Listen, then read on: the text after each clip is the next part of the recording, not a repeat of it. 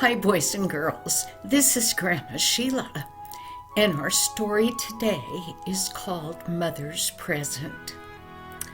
Well, Frank, he was just really puzzled. He had not one, but two birthdays coming up in his home. And you know how it is with little boys. They don't have very much money. He didn't know what to do.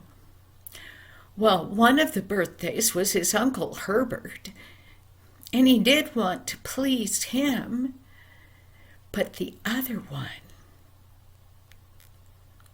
one was his mother. Well, he didn't know what to do about this situation. He kept thinking about it.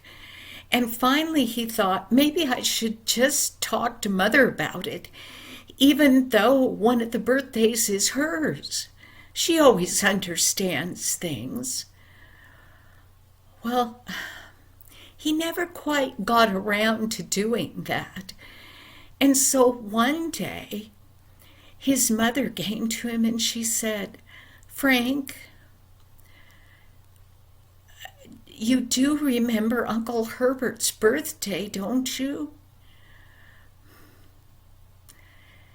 And Frank said, "Yes, Mother, I remember."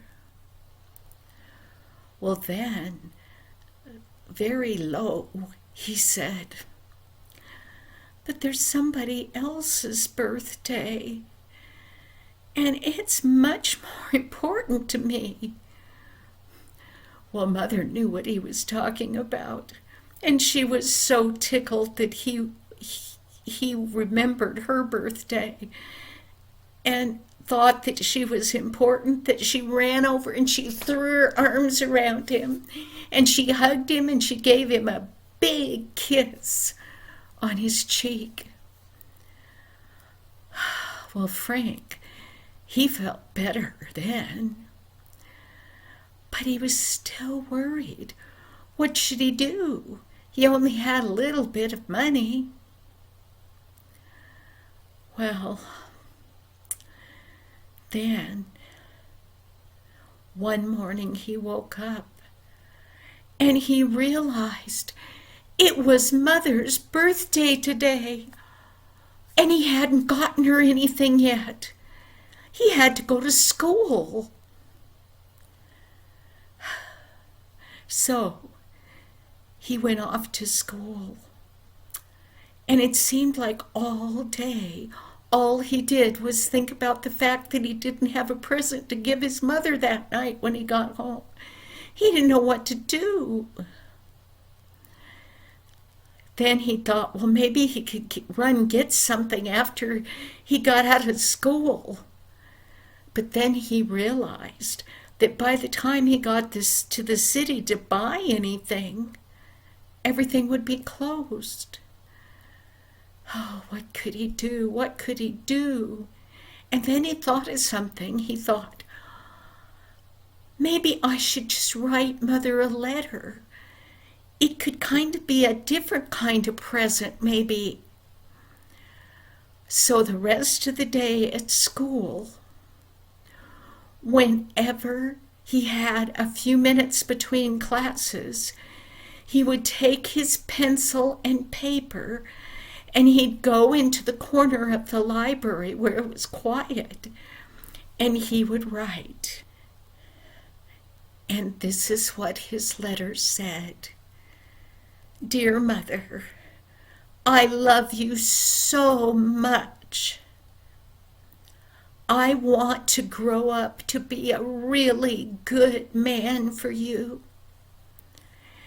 And when I'm all grown, I want to earn a lot of money so that I can buy you all the wonderful things I'd like to buy you now, but that I don't have the money for. And Mama, I'm going to love you forever and take care of you forever and ever. Love, Frank." Well, Frank put his letter into an envelope that he sealed up tightly.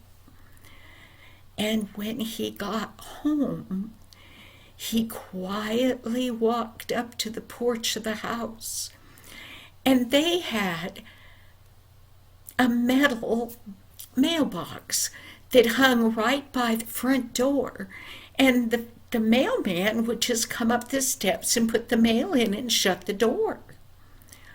Well, Frank, he didn't want to make any noise, so he got up there.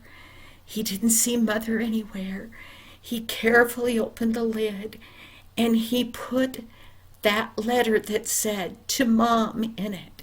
And he shut the door, and then he thought, well, she might not think to look in the mailbox.